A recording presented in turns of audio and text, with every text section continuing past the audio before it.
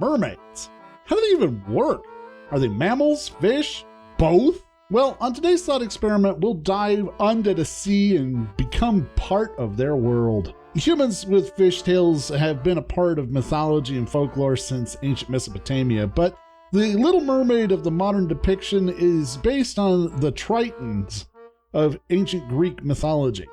Tritons and naiads were the half-fish, half-human spawn of Triton, the son of Poseidon. In Greek and Roman mythology, merfolk were related to the sirens, irresistibly beautiful women who would sing to sailors and lure them to their doom. Historically, sirens were more like bird folk, sort of like a harpy more than a fish person.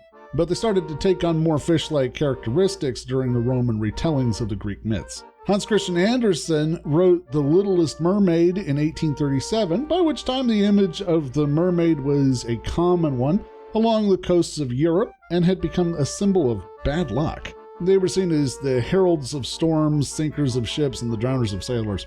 Beautiful and seductive, the mermaid represented both the familiar world of humanity and the mysterious and frightening unknown depths.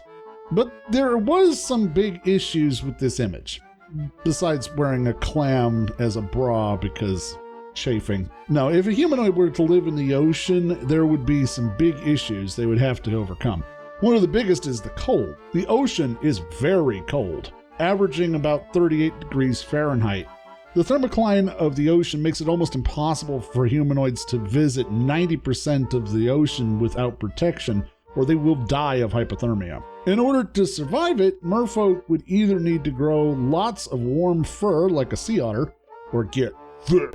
Pretty uniformly across the board, if you look at marine mammals, they are very fat, because fat is insulated. It keeps you warm and also provides you with some extra buoyancy, which is nice since fat floats. And how do we know that merfolks would be chonky boys? Well, because the real-world animals that merfolk are based on are dugongs. And they're not mermaids, they're dugongs! Dugongs and manatees were the inspiration of many a sailor's tale of beguiling sirens. And you can see why, right? I mean, they're beautiful, majestic, thick. But what's interesting is that both of these are herbivorous animals. So, step up, vegans. One thing that Hans Christian Andersen did get right is that mermaids probably would have an amazing singing voice. Of course, Prince Eric would likely have a hard time hearing it, since most marine animals communicate in ultrasound, meaning that it's mostly outside the range of human hearing. Interestingly, sound carries better in water than it does in air because it's denser, so a siren song could be transmitted for miles. This is what the whales use to communicate. That said, whales are very loud. Male sperm whales have the ability to make their calls over 230 decibels in volume.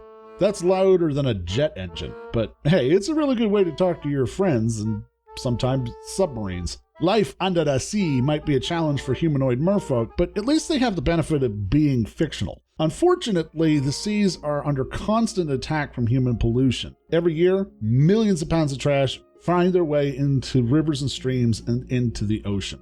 It's actually such a problem that there is a floating mass of garbage permanently floating in the Pacific 1.6 million square kilometers in size. That's the size of the state of Texas. That sounds bad, but it actually gets even worse because microplastic from decomposed plastics, too small to see, are constantly raining down all over the seas everywhere in the world, poisoning fish and building up in the digestive systems of marine life. No matter where you are, no matter how remote, if you walk on a beach anywhere in the world, you will find trash. Now, I'm a small YouTuber and I can't afford to donate $100,000. And I'm not going to be over the top. I'm not going to hype in an attempt to get views and play jaunty music, but I am going to do whatever I can to possibly support Team Seas.